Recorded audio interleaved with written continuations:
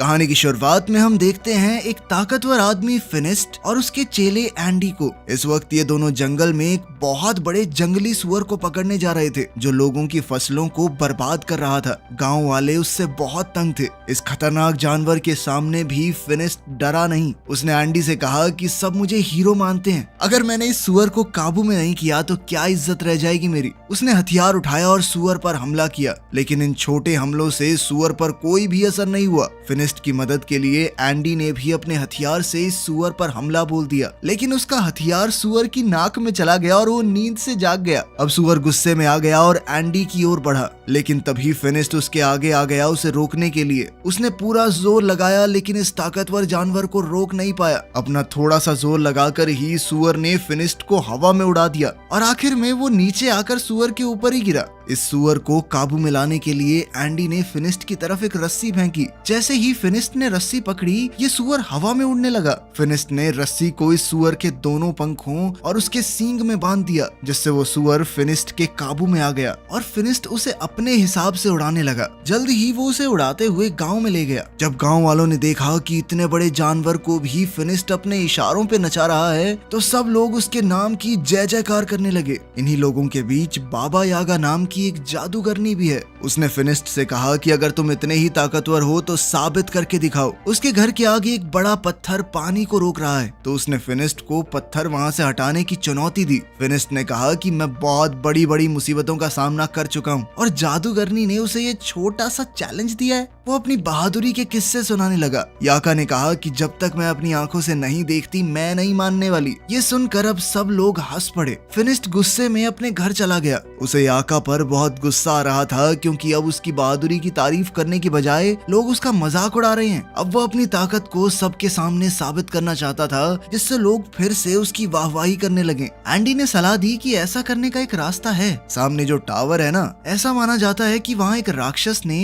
एक बेहद खूबसूरत लड़की को कैद कर रखा है, और वो लड़की एक राजकुमारी है। अगर तुमने उस राक्षस को मारकर राजकुमारी को आजाद कर दिया तो पूरी दुनिया में तुम्हारा नाम गूंजेगा। फिनिस्ट ने तय कर लिया कि वो इस राक्षस से जरूर लड़ेगा। रात होते ही फिनिस्ट और एंडी उस टावर की ओर निकल पड़े। वहां पहुंचकर उसने देखा कि यहाँ पहले से ही कुछ योद्धा इस राक्षस को हराने आए थे, लेकिन वो लोग मशहूर होने यहाँ नहीं आए। वो तो राजकुमारी को बचाकर उससे शादी करना चाहते हैं। उन सब ने फिनिस्ट से पूछा कि अगर उन्होंने मिलकर राक्षस को हरा दिया तो राजकुमारी किसे मिलेगी। इस बात पर फिनिस्ट ने कहा कि मुझे नहीं चाहिए ये राजकुमारी, मैं तो बस यहाँ पे नाम कमाने आया हूँ। अलग जाकर फिनिस्ट ने एंडी को बताया कि वो उस राक्षस को अकेले मारना चाहता है, इसीलिए वो सुबह का इंतजार नहीं करेगा। ये कहकर वो टावर के अंदर खिड़की से चला गया। वहाँ पहुँचते ही फिनिस्ट को वो खूबसूरत राजकुमारी मिली। उसने फिनिस्ट से कहा कि क्या तुम भी मरने के लिए आए हो। फिनिस्ट ने कहा कि मैं तुम्हें बचाने आया हूँ। ये सुनकर लड़की भाग के अंदर चली गई। उसे रोकने के लिए फिनिस्ट ने उसका हाथ पकड़ लिया। राजकुमारी ने अपना हाथ छुड़ाया और एक पिलर के पीछे चली गई। तभी पीछे से एक सांप ने फिनिस्ट पर हमला कर दिया। फिनिस्ट इस सांप से लड़ने लगा। तभी फिनिस्ट को समझ आया कि ये कोई आम सांप नहीं है, बल्कि उस राक्षस की पूंछ है जिससे लड़ने वो यहाँ आया है। ये देखकर उसने पहले तो राक्षस पर खूब हमले किए, लेकिन जब कोई वार काम नहीं आया तो फिनिस्ट ने उस राक्षस की दुम यानी उसके सांप वाले मुंह को हाथ में पकड़ लिया और अपनी पूरी ताकत से इस सांप के मुंह को चीरने की कोशिश की। लेकिन जैसे ही फिनिस्ट ने उसका मुंह अपने हाथों से खोला, सांप ने फिनिस्ट की आंखों में थूक दिया और अब फिनिस्ट को नजर आना बंद हो गया। वो अंधा हो गया। अंधा होने पर भी फिनिस्ट ने हार नहीं मानी और अपने पैर से टटोल कर अपना हथियार ढूंढ लिया। अब फिनिस्ट ने दोबारा उस राक्षस पर हमला किया, लेकिन वो राक्षस गायब हो गया। फिनिस्ट ने इतने हमले किए कि टावर टूटने लगा। टावर टूटने के शोर से सभी योद्धा भी जाग गए। वो सभी टावर से गिर रहे मलबे के पास आए। इन योद्धाओं को ना राजकुमारी दिखी ना ही राक्षस, बस दिखा तो मलबे के नीचे दबा हुआ फिनिस्ट, जो धीरे धीरे उठ रहा था। जब एंडी को पता चला कि फिनिस्ट अपनी आंखें खो चुका है तो वो उसे वहां से ले जाकर घर छोड़ आया। फिनिस्ट अपनी आंखों को खोकर बहुत गुस्से में था। वो बहुत चिड़चिड़ा हो गया था। उसकी ये हालत एंडी से देखी नहीं गई। एंडी मदद के लिए बाबा यागा के पास गया। उसने बाबा यागा को सब कुछ बताया कि फिनिस्ट के साथ क्या हुआ, लेकिन बाबा यागा ने मदद करने से साफ मना कर दिया क्योंकि जब वो मुसीबत में थी तो फिनिस्ट ने भी उसकी मदद नहीं की थी। ये बात जब फिनिस्ट को पता चली तो वो बहुत उदास हो गया। इसी तरह वक्त गुजरता रहा। अब एंडी ने भी फिनिस्ट के पास आना बंद कर दिया था। वो अपने सारे काम बहुत मुश्किल से कर पाता। बाहर जाकर खाने पीने का सामान खरीद कर लाता, लेकिन बच्चे उसके फल चुरा लेते। अब उसके पैसे भी खत्म होने वाले थे। एक दिन एंडी फिनिस्ट के घर आया तो उसने गुस्से में एंडी से कहा कि उसके पास एंडी के लिए कोई काम नहीं है, तो तुम एक काम करो, कुछ और ढूंढ लो। ये सुनकर एंडी वहां से चला गया। बीतते समय के साथ फिनिस्ट के सारे पैसे खत्म हो गए। अब वो दिन आ गया कि फिनिस्ट बाजार के सड़े गले फल खाने लगा। ऐसे ही एक दिन जब उसे सड़ा गला फल भी नहीं मिला तो वो अपनी टोकरी लेकर बाजार में बैठा रहा। बाबा यागा वहां से गुजर ही रही थी कि तभी उसने फिनिस्ट को देखा, तो उसने अपनी टोकरी से कुछ खाने का सामान फिनिस्ट की टोकरी में डाल दिया। इससे पहले ये दोनों कुछ बात करते गाँव पर कुछ लुटेरों ने हमला कर दिया। ये लुटेरे गाँव के लोगों को मारने लगे। फिनिस्ट देख तो नहीं सकता, लेकिन उसे अच्छे से सुनाई दे रहा था कि कैसे लोग मर रहे हैं, तड़प रहे हैं। जैसे ही लुटेरे उसके पास आए, उसने आवाज सुनकर वापस उन पर हमला किया। कुछ देख ना पाने के बावजूद भी सिर्फ आवाज के सहारे वो 2-3 डाकुओं से एक साथ लड़ रहा था। एक दूसरे डाकू ने फिनिस्ट पर रस्सी फेंकी, लेकिन फिनिस्ट ने ये रस्सी पकड़कर डाकू को घोड़े से नीचे गिरा दिया और फिर उसे अपनी तरफ खींचकर उसकी खूब धुलाई की। लेकिन कुछ डाकुओं ने पीछे से उस पर हमला किया और वो वहीं बेहोश हो गया। जब उसे होश आया तो वो एक शिप में था। उसकी गर्दन और हाथों को एक लकड़ी में बांधा गया था।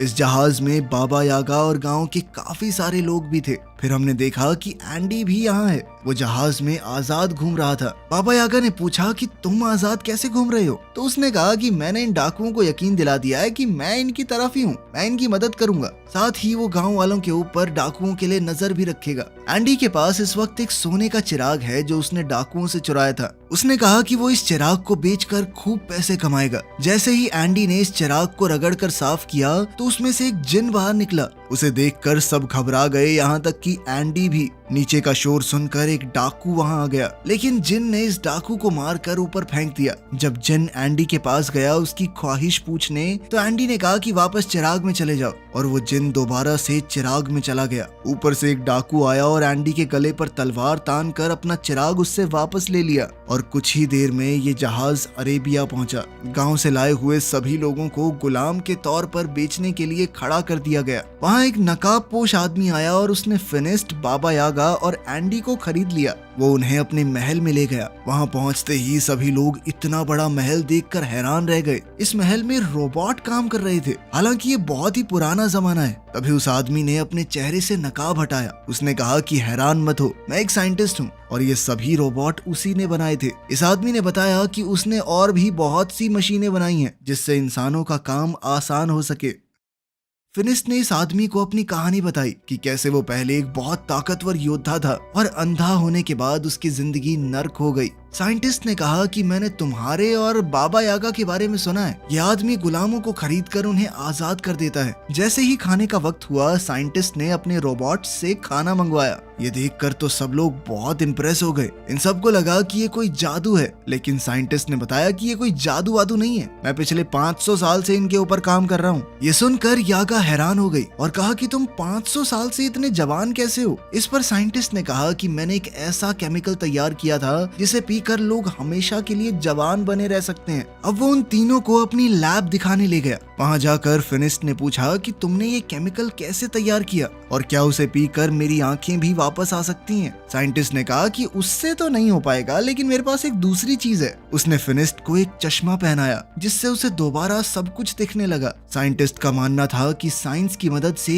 कोई भी चमत्कार किया जा सकता है, और जो लोग जादू का इस्तेमाल करते हैं वो दुनिया को नुकसान पहुंचाते हैं, और इन नुकसान पहुंचाने वाली चीजों को खत्म करने के लिए ही उसने एक मशीन बनाई है। अपनी बात को साबित करने के लिए उसने वो चिराग निकाला जो उसने लुटेरों से खरीदा है। यागा ने कहा कि ये खतरनाक हो सकता है, लेकिन साइंटिस्ट रुका नहीं। उसने चिराग को घिसा और उसमें से जिन निकला। उसने अपनी मशीन चला दी जिसने जिन को अपने अंदर खींच लिया, जिसके बाद उसने कहा कि देखा, मेरे आविष्कार ने जीनी को खत्म कर दिया। उसी रात साइंटिस्ट को पता चला कि पास की एक पहाड़ी पर एक राक्षस है जो आम आदमियों को नुकसान पहुंचा रहा है। साइंटिस्ट ने कहा कि उसे तो पकड़ना ही होगा। जब ये बात फिनिस्ट को पता चली कि इस राक्षस का शेर जैसा मुंह है और सांप जैसी दुम, तो फिनिस्ट तुरंत समझ गया कि ये तो वही राक्षस है जिसने उसे अंधा किया था। फिनिस्ट ने साइंटिस्ट से कहा कि मैं भी साथ चलूंगा, मुझे उस राक्षस से बदला लेना है। लेकिन साइंटिस्ट उसकी जान को खतरे में नहीं डालना चाहता। इस पर फिनिस्ट ने कहा कि आपने मेरी मदद की है, इसलिए मैं भी आपकी मदद करूंगा।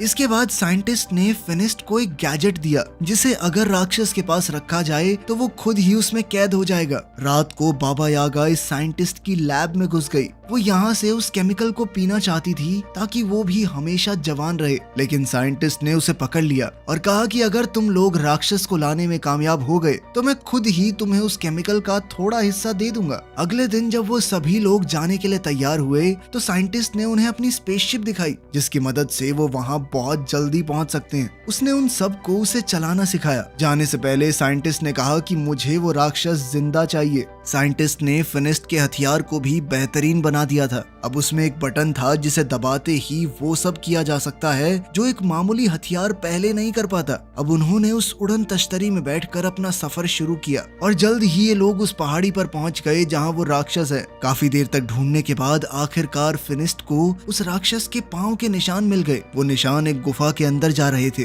फिनिस्ट ने साइंटिस्ट की मशीन इस गुफा के बाहर रख दी। फिनिस्ट जानता था कि उसे राक्षस को मारना नहीं है, सिर्फ कैद करना है। इसीलिए वो बड़े आराम से अंदर गया और अपने हथियार से राक्षस को ललकारा और फिर वो बाहर आ गया। जैसे ही वो बाहर आया तो उसका सर एक पेड़ से टकरा गया जिससे वो वहीं पर बेहोश हो गया। राक्षस भी गुफा से बाहर निकल आया। इससे पहले राक्षस फिनिस्ट को कुछ नुकसान पहुंचाता, बाबा यागा ने जल्दी से उस मशीन को एक्टिवेट कर दिया। उस मशीन के अंदर से बहुत सारी चेन बाहर आई और राक्षस को खींचकर अंदर ले गई। फिर यागा ने लिवर दोबारा से दबाया और मशीन बंद हो गई। कुछ ही देर में फिनिस्ट को भी होश आ गया और अब वो सब लोग मिलकर वापसी का सफर करने लगे। सफर बहुत लंबा था, इसीलिए ये लोग रात को बीच रास्ते में ही आराम करने लगे।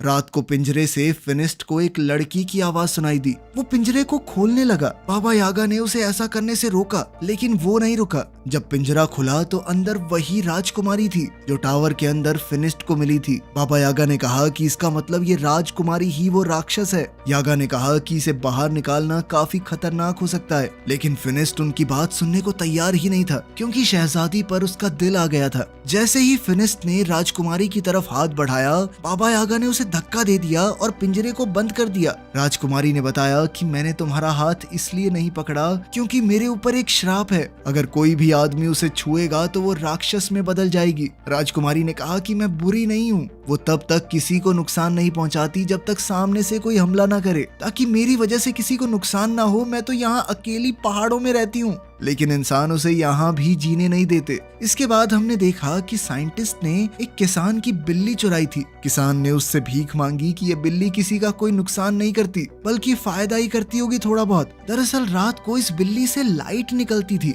जिससे आसपास रोशनी हो जाती, लेकिन साइंटिस्ट ने किसान की बात नहीं सुनी। उसने बिल्ली को अपनी मशीन के नीचे रखा। ये मशीन किसी भी चीज की जादुई शक्तियों को खींच लेती है और इसी तरह इस मशीन ने बिल्ली की जादुई ताकत भी खींच ली और फिर बिल्ली को जादू से एक केमिकल में बदल दिया जिसे साइंटिस्ट ने अपनी तिजोरी में रख दिया। यहाँ साइंटिस्ट ने बहुत सारे केमिकल्स पहले से इकट्ठा कर रखे थे। वहाँ राजकुमारी और फिनिस्ट एक दूसरे से प्यार करने लगे थे। बाबा यागा और एंडी इन दोनों को कैद करके साइंटिस्ट के पास ले जाने लगे। ये लोग जब साइंटिस्ट के महल में पहुंचे तो दूर खड़े होकर ही साइंटिस्ट को देखने लगे। उन्होंने देखा कि साइंटिस्ट ने एक जादुई परिंदे का सारा जादू खींच लिया और उससे बने केमिकल को अपने रोबोट्स में डाल दिया। इसका मतलब था कि ये रोबोट साइंस से नहीं बल्कि जादू की मदद से चल रहे हैं। वो इन सारे केमिकल्स को सभी जादुई चीजों से निकाल रहा है। इसके बाद बाबा यागा बहुत गुस्से में उसके सामने पहुंची। उसने कहा कि तुम झूठे हो, ये रोबोट कोई आविष्कार नहीं है बल्कि जादू से चलने वाले पुतले हैं, जिसका मतलब है कि तुम्हारी उम्र भी जादू से ही लंबी हुई है। वो जादू जो साइंटिस्ट ने मासूम जानवरों को मारकर हासिल किया है। ये सुनकर साइंटिस्ट को गुस्सा आ गया और उसने कहा कि मेरा सच जो भी जान जाए वो जिंदा नहीं बचता। इसके बाद बाबा यागा और एंडी डर कर वहाँ से भागने लगे। बाबा यागा ने फिनिस्ट और शहजादी को भी आजाद कर दिया क्योंकि वो जान गई थी कि ये साइंटिस्ट इस राजकुमारी के साथ भी यही करेगा। राजकुमारी ने बताया कि वो साइंटिस्ट को जानती है, वो काफी समय से उसके पीछे पड़ा है। तभी साइंटिस्ट भी वहाँ पहुँच गया। उसने अपने सारे रोबोट्स को इकट्ठा कर लिया ताकि उनमें से कोई भी भाग ना पाए, और फिर राजकुमारी के अंदर से भी उसके जादू को अपनी मशीन से खींचने लगा। फिनिस्ट ने उसे बचाने की कोशिश की, लेकिन वो बंधा हुआ था। वो उसे बचा तो नहीं सकता था, लेकिन उसने राजकुमारी का हाथ पकड़ लिया ताकि वो राक्षस में बदल जाए। राक्षस बनते ही राजकुमारी ने अपनी जंजीरें तोड़ दी और वहाँ से भाग गई। मौका पाकर बाबा यागा और फिनिस्ट भी वहाँ से बच निकले, लेकिन साइंटिस्ट के आदमी उनके पीछे लग गए। बाबा यागा ने उनसे बचने के लिए अपने जादू का इस्तेमाल किया। उसने तरबूज के बीज उन पर फेंके जो अचानक तरबूजों में बदल गए। साइंटिस्ट ने भी अपना बड़ा रोबोट निकाला। वो किसी भी हाल में फिनिस्ट और बाबा यागा को नहीं छोड़ सकता, क्योंकि वो उसकी सच्चाई जानते हैं। एंडी ने साइंटिस्ट को समझाया कि हमारे पास जितना जादुई केमिकल है बहुत है, लेकिन साइंटिस्ट नहीं माना। वो बड़ा टर्टल रोबोट जब बाहर निकला तो पूरा महल टूट गया। साइंटिस्ट अब इस रोबोट के अंदर बैठकर एंडी के साथ फिनिस्ट और यागा का पीछा कर रहा था। अब वो इन दोनों पर तोप के गोले बरसाने लगा। फिनिस्ट ने यागा से कहा कि तुम इसका ध्यान भटकाओ और मैं इसके ऊपर चढ़कर इसे उल्टा करने की कोशिश करता हूँ, क्योंकि एक बार अगर ये बड़ा सा टर्टल उल्टा हो गया तो सीधा नहीं हो पाएगा। जैसे ही वो रोबोट यागा के सामने आया, उसमें लगी मशीन यागा के अंदर के जादू को खींचने लगी, जिस वजह से यागा बिल्कुल बूढ़ी लगने लगी। ये देखकर फिनिस्ट को बहुत तरस आया, लेकिन जब तक वो साइंटिस्ट का ध्यान भटका रही थी, फिनिस्ट टर्टल के ऊपर चढ़ गया। जब साइंटिस्ट ने ये देखा तो उसने टर्टल के हाथ फैला दिए ताकि वो फिनिस्ट को नीचे फेंक सके। फिनिस्ट तो नहीं गिरा, लेकिन उसका चश्मा गिर गया।